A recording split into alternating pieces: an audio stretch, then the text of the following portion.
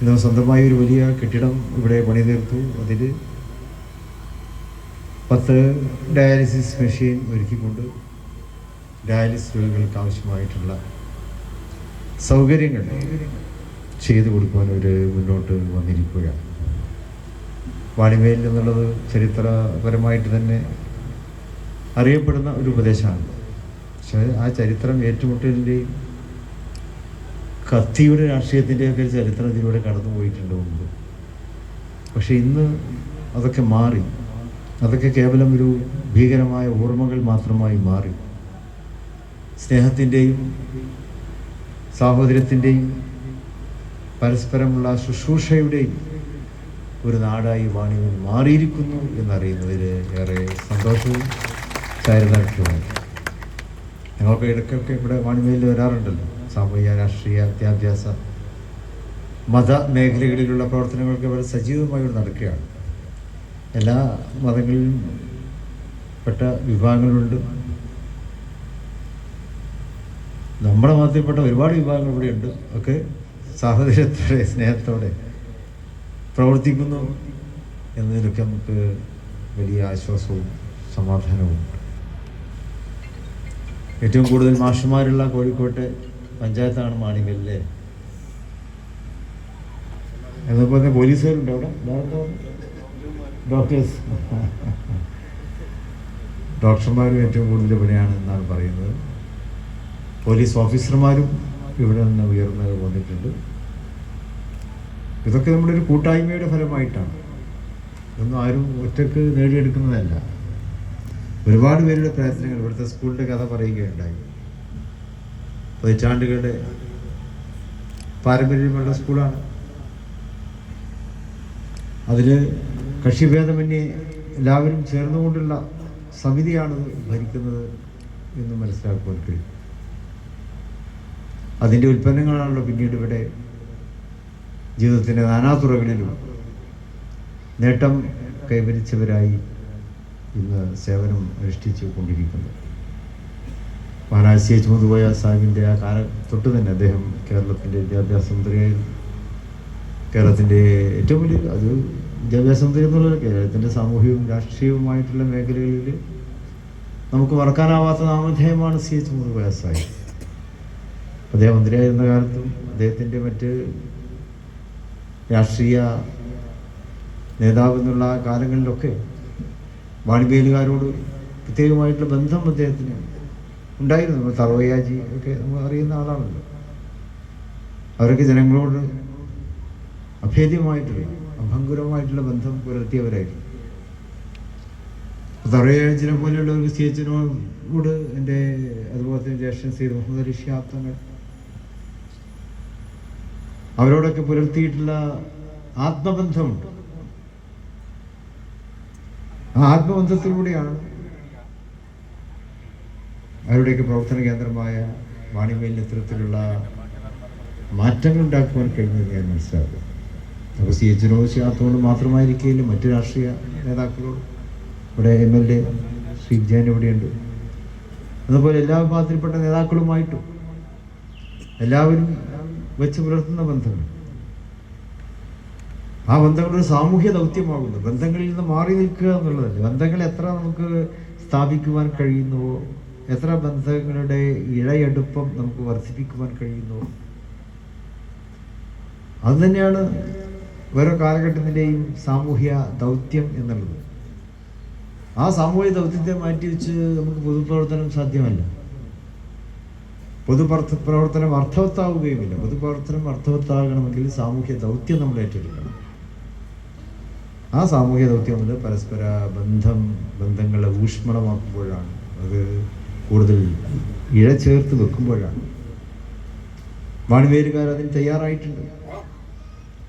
മുമ്പ് അവിടെ ആരൊക്കെ കത്തിവെച്ചപ്പോഴായിരിക്കും ഇവിടെ ഏറ്റുമുട്ടലിൻ്റെയും ഭീകരാന്തരീക്ഷങ്ങളുടെയൊക്കെ ഒരു ചരിത്രം ഉണ്ടായിരുന്നു. പിന്നീട് ആ കത്തി മാറ്റിവെച്ചു. പിന്നീട് അവിടെ സൂചിയും നൂലും ഒക്കെ ഉപയോഗിച്ച് ആ പൊട്ടിപ്പോയ ഇഴകളെ നമുക്ക് തുന്നിച്ചേർക്കുവാൻ സാധിച്ചു. സ്നേഹത്തിൻ്റെ ചരട് കൊണ്ട് അത് തുന്നിച്ചേർക്കാൻ സാധിച്ചപ്പോഴാണ് ഈ വലിയ മാറ്റങ്ങൾ നമുക്ക് ഉണ്ടാക്കാൻ കഴിയും. പ്രവചനാതീതമായിട്ടുള്ള മാറ്റങ്ങളാണ്. സ്വയം ശപിക്കപ്പെട്ട ഒരാളിൽ പ്രവചനാതീതമായ ഒരു മാറ്റം ഉണ്ടാവും എന്ന് പലപ്പോഴും നമുക്ക് വിശ്വസിക്കാൻ സാധിക്കാറില്ല. പക്ഷെ ഇവിടെ അതാണ് ഉണ്ടായത്. അഭിശപ്തമായ ഇന്നലകൾ അതിലൂടെ കടന്നു വന്നപ്പോഴും നിങ്ങൾ മനോഹരമായിട്ടുള്ള സ്വപ്നങ്ങൾ കണ്ടു. ചേർന്നിരിപ്പിന്റെ സ്വപ്നം. ഞാൻ ഇങ്ങോട്ട് കടന്നു വന്നപ്പോൾ പ്രസംഗിച്ചുകൊണ്ടിരുന്ന ആൾ പറഞ്ഞതാണ് ചേർന്നിരിക്കുക എന്നുള്ളത്. ചേർന്നിരിപ്പിൻ്റെതായിട്ടുള്ള സ്വപ്നങ്ങൾ നിങ്ങൾ കാണുക മാത്രമല്ല, അതിനുവേണ്ടി പ്രവർത്തിച്ചു എന്നുള്ളതാണ്. സ്വപ്നം കാണാൻ എല്ലാവരും നമ്മളോട് പറയും. ഇപ്പോൾ ഡോക്ടർ APJ അബ്ദുൽ കലാമൊക്കെ അദ്ദേഹം കുട്ടികളോടും സ്റ്റുഡൻസിനോടും യുവാക്കളോടൊക്കെ എപ്പോഴും പറയുന്നത് സ്വപ്നം കാണാനാണ്. സ്വപ്നം കാണുന്നത് എന്തിനാണ്? ആ സ്വപ്നം എന്താണോ കണ്ടത് അതിനെ നടപ്പിൽ വരുത്താൻ ഉള്ളൊരു ആഗ്രഹം അപ്പോൾ നമ്മുടെ മനസ്സിലുണ്ടാവും. ആ സ്വപ്നത്തെ യാഥാർത്ഥ്യമാക്കുവാനുള്ള കാര്യം. ഇവിടെയും അങ്ങനെയാണ്. ഇവിടെ നമ്മുടെ നിങ്ങളുടെ തലമുറ, ഈ തലമുറ അല്ലെങ്കിൽ മുൻകാല തലമുറ നല്ല നാളുകളെ കുറിച്ച് സ്വപ്നം കണ്ടു. ആ സ്വപ്നങ്ങൾ എങ്ങനെ സാക്ഷാത്കരിക്കുവാൻ കഴിയും എന്ന് ഓരോരുത്തരും അതിന് കണക്ക് കൂട്ടി പ്രവർത്തിച്ചു എന്നുള്ളതാണ്. ആദ്യമായിട്ട് വേണ്ടത് അറിവ് നേടുക എന്നുള്ളത് തന്നെയാണ്. അറിവ് നമ്മളെ തിരുത്തുന്നു. അറിവ് പറഞ്ഞാൽ തിരുത്തലാണല്ലോ. അറിവ് എന്ന് പറഞ്ഞാൽ എന്താണ്? അറിയാത്ത കാര്യങ്ങൾ അറിയുക. അപ്പോ അതൊരു തിരുത്താണ്. ആ തിരുത്തിലേക്കാണ് അറിവ് എല്ലാവരെയും കൊണ്ടെത്തിക്കുന്നത്. അറിവ് ഉണ്ടായപ്പോൾ തിരുത്താൻ തയ്യാറായി. സ്കൂൾ തുടങ്ങാൻ പറ്റി. സ്കൂൾ തുടങ്ങിയപ്പോൾ അതിലെ കുട്ടികളെ പറഞ്ഞയച്ചു. അവർ പഠിച്ചു, സ്കൂളിൽ ജയിച്ചു, പിന്നെ കോളേജിൽ പോയി, അവിടെയും ജയിച്ചു, പിന്നെയും പഠിച്ചു, ഡിഗ്രി സമ്പാദിച്ചു, PG ഉണ്ടായി. ഇങ്ങനെ ഒരുപാട് മുന്നേറ്റങ്ങൾക്ക് നടത്തുവാൻ കഴിയും. മതപരമായിട്ടുള്ള മേഖലകളിലും ഉയർന്ന തലങ്ങളിലെത്തിയ വ്യക്തിത്വങ്ങൾ എവിടെയുണ്ട്. മതപണ്ഡിതന്മാരിൽ നിന്നുള്ള നിലക്ക് ഉയർച്ച കൈവരിച്ചു വരുന്നു. ഏതായാലും അറിവാണ് ആ രീതിയിൽ നമ്മെ കൈപിടിച്ചു ഉയർത്തിയത്. ഇന്നിപ്പോൾ ആ അറിവിൻ്റെ അടിത്തറയിലൂടെ നിങ്ങൾക്ക് ഒരുപാട് മുന്നോട്ട് പോകുവാൻ സാധിച്ചിരിക്കുകയാണ്. ബ്രദേഴ്സ് അതിൻ്റെ ഏറ്റവും നല്ല ഒരു അടയാളമായി എന്നും ഇവിടെ നിലനിൽക്കും എന്നുള്ളതിൽ സംശയമില്ല. ബ്രദേഴ്സിനെ സംബന്ധിച്ച് ഞാൻ മനസ്സിലാക്കിയത് കുറേ അർപ്പണബോധമുള്ള പ്രവർത്തകന്മാരതിലുണ്ട് എന്നുള്ളതാണ്. അതിൽ ഭാരവാഹികളുണ്ടാവും, പക്ഷേ അവര് ഭാരം വഹിക്കുന്നവരല്ല. അവർ ഭാരം പങ്കുവെക്കുന്നവരാണ്. എല്ലാവരുമായും പങ്കുവെക്കുമ്പോൾ അവർക്ക് ഭാരരഹിതമാകുന്നു. കാര്യങ്ങൾ നല്ല മുന്നോട്ട് കൊണ്ടുപോകാൻ കഴിയുന്നു. അവരുടെ ആ ഭാരം പങ്കുവെക്കുവാൻ മറ്റ് പ്രവർത്തകന്മാരും തയ്യാറാകുന്നു. അതിനുവേണ്ടി സംഭാവന ചെയ്യാൻ, അതിനുവേണ്ടി മറ്റു രീതിയിൽ മനസാവാച കർമ്മണ സഹായിക്കുവാനും സഹകരിക്കുവാനും ഒക്കെ എല്ലാവരും മുന്നോട്ട് വരുമ്പോൾ ഭാരവാഹികൾക്കൊക്കെ അത് എളുപ്പമാകുന്നു. അവർക്ക് ചിന്തിക്കാൻ സമയം കിട്ടും. അതാണ് പലപ്പോഴും ഭാരവാഹികളുടെയൊക്കെ പ്രശ്നം എന്താ വെച്ചാൽ, ഈ പ്രശ്നങ്ങൾക്കിടയിൽ കിടന്ന് ഉഴന്നുകൊണ്ട് ചിന്തിക്കാൻ നേരം കിട്ടില്ല. പല സംഘടനകളുടെയും പ്രശ്നം അതാണ്. പറയാം, നമുക്കൊക്കെ എനിക്കൊക്കെ ഉള്ള പ്രശ്നം നമുക്ക് ചിന്തിക്കാൻ നേരം കിട്ടില്ല. അപ്പോൾ അവിടെ ബ്രദേഴ്സിന് മാറ്റമാണ്. നിങ്ങൾക്ക് ഭാരം കൂടുതലില്ലാത്തത് നിങ്ങൾക്ക് ചിന്തിക്കാൻ നേരം കിട്ടുകയും കൂടുതൽ അതെ പുതിയ പുതിയ കാര്യങ്ങൾ ആവിഷ്കരിക്കാനും അത് നടപ്പാക്കുവാനൊക്കെ നമുക്ക് കഴിയുകയാണ്. ഇപ്പം 2 കൊല്ലമായിട്ടുള്ളല്ലോ ഇപ്പോൾ നമ്മൾ ഇതിന് തുടക്കം കുറിച്ചിട്ടില്ലേ. ആ 2 കൊല്ലത്തിനുള്ളിൽ തന്നെ നല്ല മാറ്റം ഇവിടെ ഉണ്ടാക്കുവാൻ കഴിഞ്ഞു. ബ്രദേഴ്സിൻ്റെ സ്വന്തമായി നല്ലൊരു കെട്ടിടവും അതിൻ്റെ ഡയാലിസിസ് സൗകര്യവും ഒക്കെ ഇവിടെ സ്ഥാപിച്ചിരിക്കുക.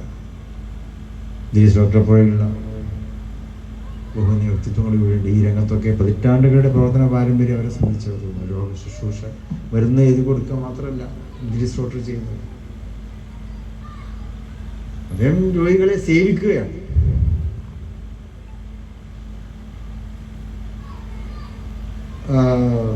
ഒരു വൈദ്യൻ്റെ അല്ലെങ്കിൽ ഒരു ഡോക്ടറുടെ, ഒരു ഭിഷഗ്വരൻ്റെ ഉത്തരവാദിത്വം എന്നുള്ളത് എന്താണ്? അത് സേവനമാണ്. രോഗികളുടെ സേവനം പൂർവ്വം പ്രവർത്തിക്കുക എന്നുള്ളതാണ്.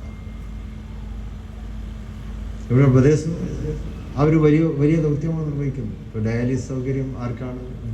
കിഡ്നി രോഗികൾക്കാണ്. കിടപ്പ് രോഗികളായിരിക്കും പലപ്പോഴും കിഡ്നി രോഗികൾ. പ്രതീക്ഷകൾ നഷ്ടപ്പെടുന്നവരായിരിക്കും. അപ്പം അവരെയാണ് നിങ്ങൾ ചേർത്ത് നിർത്തുന്നത്. ഏത് രോഗിയെ സംബന്ധിച്ചിടത്തോളം ഒരു രോഗിക്ക് ഏറ്റവും വലിയ പ്രയാസം എപ്പോഴാണെന്ന് അറിയാം. അവൻ ഒറ്റപ്പെട്ടു പോവുകയാണോ എന്ന് ഉള്ളൊരു ചിന്ത വരുമ്പോഴാണ്. ഇനി എത്ര നല്ല മരുന്ന് കിട്ടിയിട്ടും കാര്യമില്ല. ഒറ്റപ്പെട്ടു പോകുന്നു എന്ന് തോന്നുമ്പോൾ ഉണ്ടാകുന്ന ഒരു മാനസിക വിഭ്രാന്തിയുണ്ട്. അതാണ് പലപ്പോഴും രോഗികളെ വല്ലാതെ വരയ്ക്കാറുള്ളത്.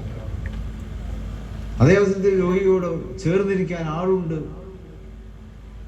എന്നൊരു തോന്നലുണ്ടാകുമ്പോൾ അതങ്ങനെ സന്തോഷമുണ്ടാകും. എത്ര വില പിടിച്ച മരുന്നായാലും അത് എടുത്തു കൊടുക്കുന്നൊരു രീതിയുണ്ട്.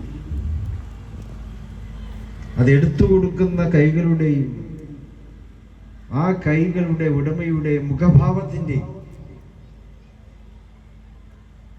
ഒരു രീതിയുണ്ട്. അതാണ് യഥാർത്ഥത്തിൻ്റെ ചികിത്സ എന്ന് പറയുന്നത്.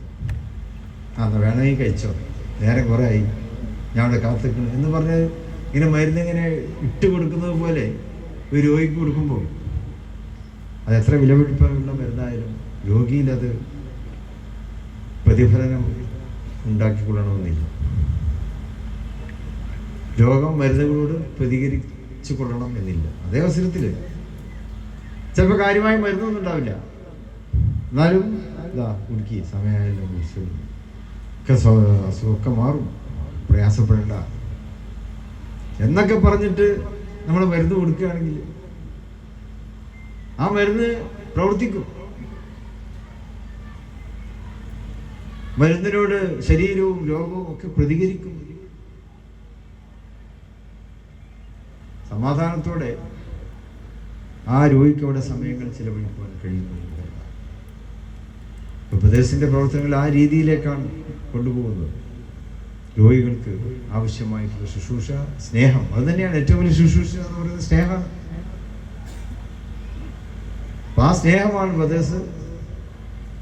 സഹോദര തുല്യമായ രീതി, ആ ബദേഴ്സ് എന്ന പേര് സൂചിപ്പിക്കുന്നത് പോലെ സഹോദര തുല്യമായ രീതിയിൽ, സഹോദര നിർവിശേഷമായ രീതിയിൽ അത് രോഗികൾക്ക് പകർന്നു കൊടുത്തുകൊണ്ടിരിക്കുന്നു. അതോടൊപ്പം നമ്മൾ മറ്റൊരു കാര്യം കൂടി ചെയ്യണം. നമ്മളിപ്പോൾ നമ്മുടെ ഇത്തരം വളണ്ടിയർ പ്രവർത്തനങ്ങളുണ്ടല്ലോ, ഇത് ശുശ്രൂഷിക്കാൻ മാത്രം അല്ല നമ്മൾ ഉപയോഗിക്കേണ്ടത്. ഇത് രോഗപ്രതിരോധത്തിന് നമ്മൾ ഉപയോഗിക്കണം. രോഗം വരാതിരിക്കാനുള്ള കാര്യത്തിൽ നമ്മൾ ഇതിനെ ഉപയോഗിക്കേണ്ടത്. രോഗം വരാതിരിക്കാനുള്ള ഉത്ബോധനങ്ങളും അതിനുവേണ്ടിയുള്ള ഉപദേശങ്ങളും അതിനുവേണ്ടിയുള്ള പ്രതിരോധ പ്രവർത്തനങ്ങളും അതൊക്കെ നമ്മൾ നടത്തിക്കൊണ്ടിരിക്കണം. മലയാളത്തിലൊരു ചൊല്ലുണ്ട്. മലയാളത്തിൽ ഒരു ഇതുണ്ട്, എന്താ വെച്ചാൽ ഒരു നേരം ഭക്ഷണം കഴിക്കുന്നവൻ അവന്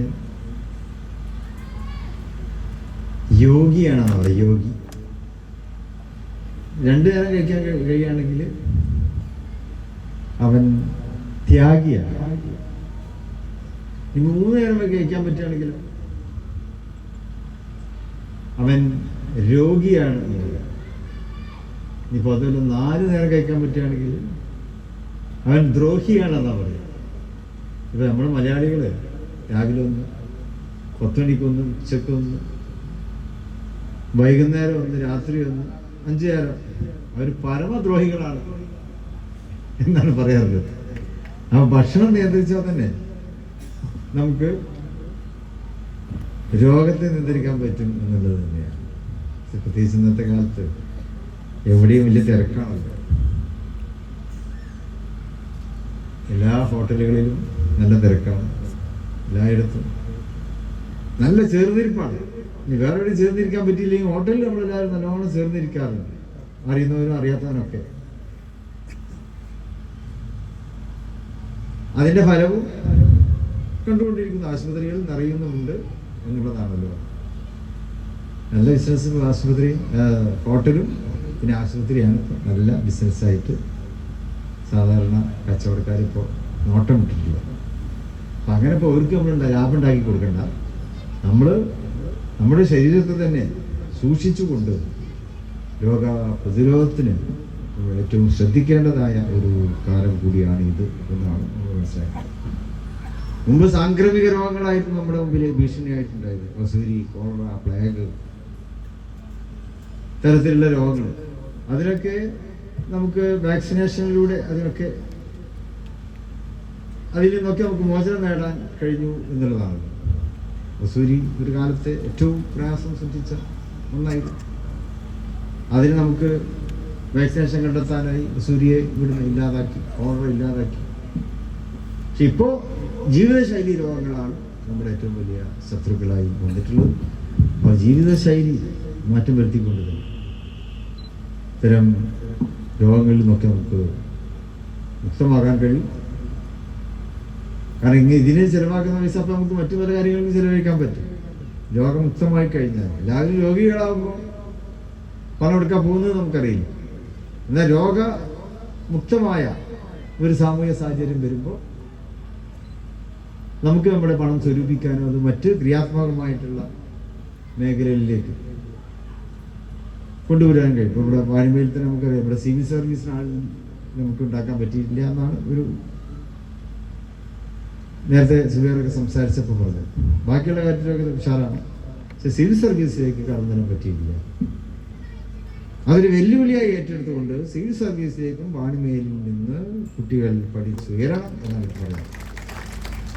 അപ്പം അത്തരം ക്രിയാത്മകമായിട്ടുള്ള കാര്യങ്ങളിലേക്ക് നമ്മുടെ പണം ചെലവഴിക്കാനും അതിനാവശ്യമായിട്ട് ചിലവൊക്കെ കണ്ടെത്തുവാനും രോഗമുക്തമായ ഒരു അവസ്ഥയിൽ നമുക്ക് സാധിക്കുമെന്നുകൂടി ഞാനിവിടെ ഉറപ്പെടുത്തുകയാണ്. 89 പീഡിക മുറിയയിലാണ് തുടങ്ങിയത് അല്ലേ, ചെറുസംഘമായി ആരംഭിച്ച ഒരു വോളിബോൾ ടീം. അവരാണ് ഈ ദൗത്യത്തിൻ്റെ ഒക്കെ തുടക്കക്കാർ എന്നറിയുന്നതിലും ഏറെ സന്തോഷമുണ്ട്. കായികമായ ആ ഒരു ക്ഷമത,